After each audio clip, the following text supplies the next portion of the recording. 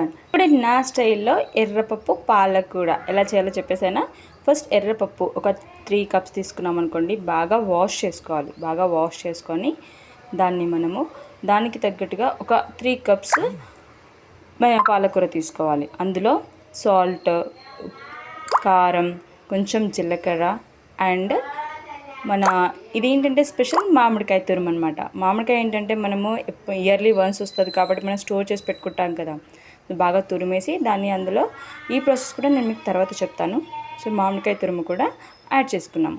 So ఇది ఇప్పుడు మనం 3 విజిల్స్ వచ్చేంత వరకు పెట్టుకోవాలి. ఇది ఉడికేంత వరకు నేను పప్పు బగారెచ్చేస్తున్నాను. ఇందులో కొంచెం ఆయిల్ వేసి ఆవాలు జీలకర్ర మంచిగా వేగాక చిట్పటనాలి. తర్వాత కొత్తిమీర, కళ్యామాకు, ఎండుమిర్చి మెయిన్ ఇంగ్రీడియంట్. ఉల్లిగడ్డతోటి మంచి ఫ్లేవర్ వస్తుంది. ఇలా బాగా మసాలా ఇవ్వాలి అంతే.